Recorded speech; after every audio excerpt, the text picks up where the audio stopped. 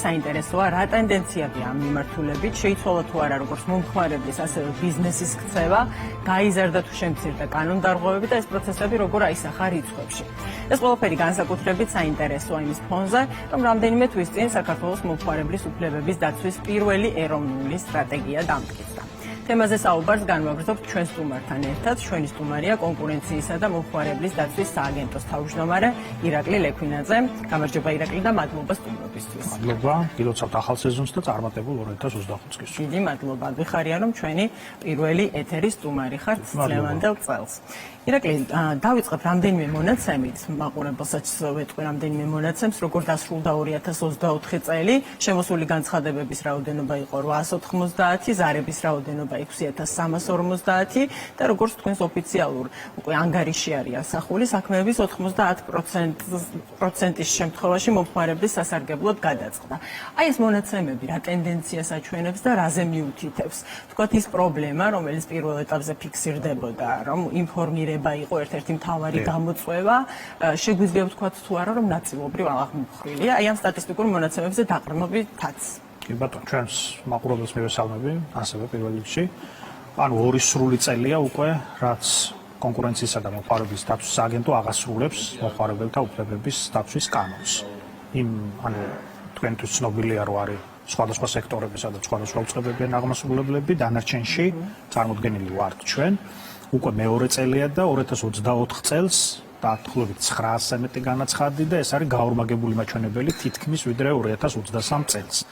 ეს აჩვენებს პირველ რიგში იმას, რომ მომხმარებელს მეტი ინფორმაცია აქვს საკუთარი უფლებების შესახებ და ასევე ბევრ მომხმარებელს დაუგროვდა კარგი გამოცდილება ჩვენ სააგენტოსთან ურთიერთობის, რომელიც შემდგომ მეგობრებს თუ ახლობლებს უყვებიან ამ გამოცდილების შესახებ და ესეც რა თქმა უნდა მუშაობს და ბუნებრივია ჩვენი აქტივობაც ყოველთვის ერთ-ერთ მთავარ საკითხად ჩვენ მივიჩნევდით და წელსაც მივიჩნევთ, რომ ცნობიერების ამაღლება არის ერთ-ერთი მნიშვნელოვანი საკითხი და აქტივობა სხვადასხვა მიმართულებით, იქნება ეს ბიზნესი, იქნება ეს მომხმარებელთა სხვადასხვა ჯგუფები და წელს ასევე ძალიან გვინდა რომ სკოლებში, უფროს კლასელებში ძალიან აქტიურად მოუყვეთ მომხმარებელთა უფლებების დაცვის შესახებ. შაშა მქონდა ამის გამოცდილება, მათ შორის იმ სკოლებში, სადაც ეთნიკური უმცირესობების წარმომადგენლებიც არიან წარმოდგენილები და ვფიქრობ, რომ რაც უფრო მეტი დრო გავა, ეს საკითხი კიდევ უფრო მეტად იქნება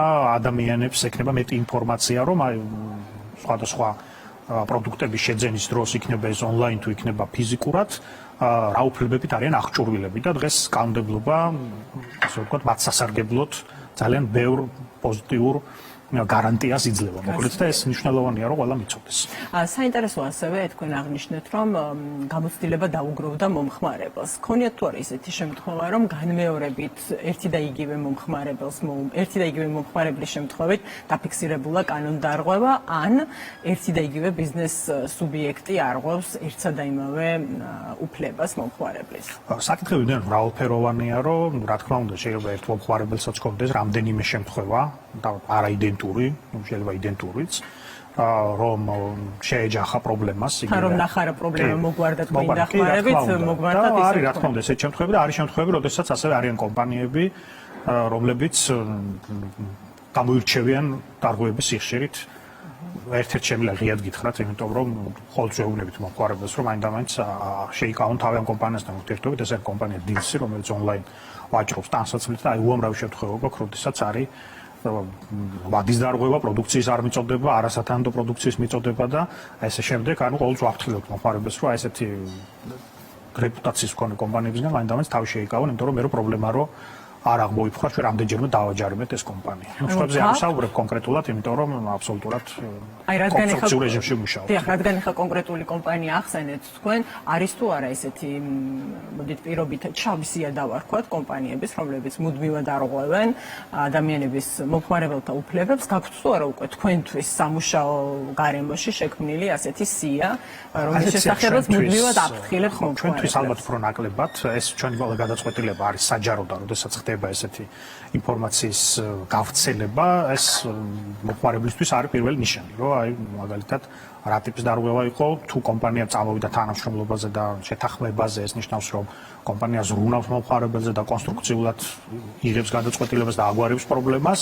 თუ ეხლა საკითხი არ გვარდება და მიდის საბოლოო ჯამში დარღვევამდე და დაჯერიმებამდე, ეს ალბათ პირველი ნიშანია ნებისმიერ მომხმარებელისთვის, რომ იქ შეიძლება გართულდეს ურთიერთობა.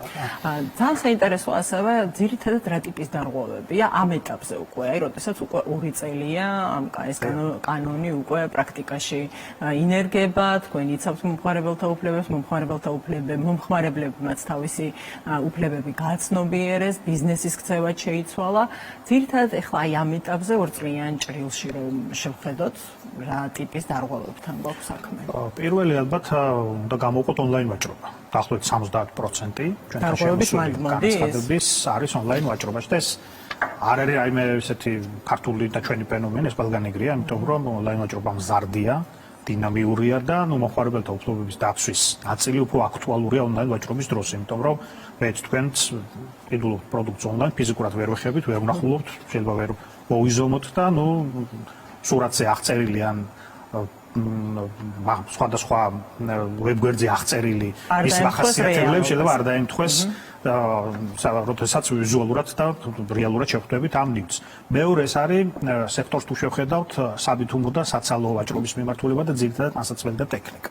იმიტომ რომ ყველაზე ასე რომ ვთქვათ ფართოდ ბრუნვადი პროდუქტები ალბათ ესენია, ამიტომ ეს გამორჩეული მიმართულებაა. პრობლემა, რაზეც ყველაზე ხშირად მოგმართავდნენ, არის თანხის უკან დაბრუნება, ანუ ეს ნიშნავს, რომ როდესაც პროდუქტი მივიღე და ნახე რომ ის არ შეესაბამება ჩემ მოთხოვნებს, ან ონლაინ ვაჭრობის დროს 14 დღე მაქვს და შეიძლება გადავწყვიტო რომ არ მინდა ამ პროდუქტის გამოყენება მომავალში, თუ მას არ აქვს დაკარგული პირველადი სახე, 14 დღიან პერიოდში ონლაინ ვაჭრობის შეძენისას პროდუქტი შეიძლება დააბრუნოთ და ეს თანხის უკან დაბრუნებაზე მოთხოვნა არის ყველაზე დიდი სიხშირე. მეორე არის ნივთის გამოცვლა და თბილისი არის ასე რეგიონალურ წრეში თუ შევხედავთ ყველაზე აქტიური, იმიტომ რომ ეხლა ეს ერთი რომ საავჭრო ობიექტების დიდი უმრავლესობა თბილისშია, მოსახლეობითაც უფრო მესამედი თბილისშია და შესაბამისად ეს ლოგიკური პროცენტია. მინდა მოვასწრო აუცილებლად დასრულებამდე ჩვენი საუბრის 2024 წელს უბრუნდები ისევ საქონელსა და მომსახურებაზე ფასის მითითების სახელმძღვანელო დოკუმენტი შემუშავდა.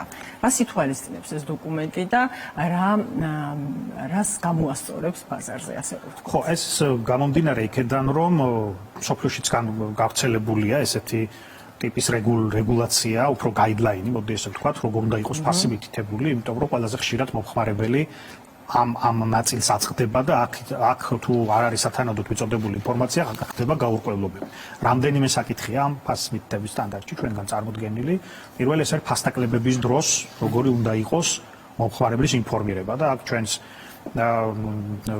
მითითებაში არის, რომ 3 ძირითადი ფასი უნდა იყოს წარმოდგენილი, რომ მომხმარებელი არ დაიბნეს, უნდა იყოს ფასდაკლებული ფასი, უნდა იყოს ბოლო ფასი, საიდანაც ფასდაკლება განხორციელდა და ბოლო 1 თვის განმავლობაში რა იყო უდაბლესი ფასი ამ პროდუქტზე. იცავს ამას რომელიმე იცავს მარტივ რაღაცას, ალბათ ხშირად ქონია შემთხვევა. 2 ფასი ხდება ძირითადად. ფასდაკლება გამოცხადებულია პირობითად 70%-იანი და ვხედავთ რომ გაზრდილი ფასთან ხდება ამ 70%-ის კლება და არა იმ უდაბლესი ფასთან, რომელიც ბოლოს იყო. ასევე ფასის მითითების სტანდარტი ითვალისწინებს სოციალურ ქსელებში აუცილებლად რომ ნებისმიერ პროდუქტზე მოვაჭრისფრთა ფასი უნდა იყოს. და არ უნდა იყოს კომენტარებში რა ღირს.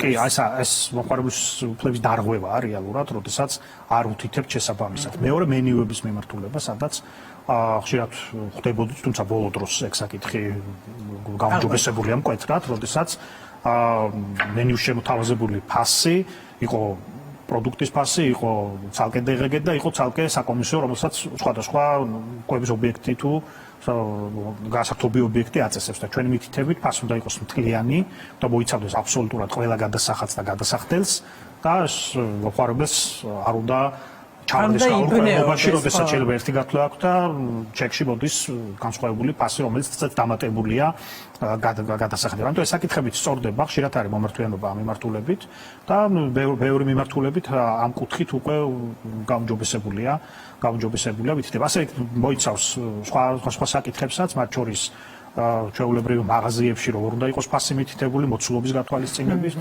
თუ ეს შემდეგ. და მოკლედ საკმაოდ საინტერესო მითითებებია ბიზნესის შედეგები უფრო ცოტა მოგვიანებით ვნახავთ ალბათ ამ შედეგები პირველად როდესაც განხორციელებებს ვიძებთ მეტნაკლებად გვაქვს, ჩვენ ახლა მონიტორინგს ეგრე არ ვატარებთ, იმიტომ რომ ეს არ არის ჩვენი კანონით გათვალისწინებული ფუნქცია, თუმცა ბევრ ობიექტში უკვე თქვენ შეხვდებით ამ შეცვლილ შედეგებს. თუ არ შეხვდებით და როგორც მომხმარებელი შეგვიძლიათ მოგმართოთ და ჩვენ დავავალდებულებთ ამ ობიექტს, რომ ის მოარგოს იმ მოთხოვნებს, რომელიც კანონით არის განსაზღვრული. ძალიან დიდი მადლობა ირაკლი, საინტერესო თემაზე საუბრისთვის, მუდმივად აქტუალურია ეს თემა და გვაინტერესებს ჩვენს როგორც მომხმარებლებს რა ხდება ბაზარზე და რა ტენდენციებია. ჩვენი სტუმარი იყო კონკურენციისა და მომხმარებლის დაცვის სააგენტოს თავმჯდომარე ირაკლი ლექვინაძე.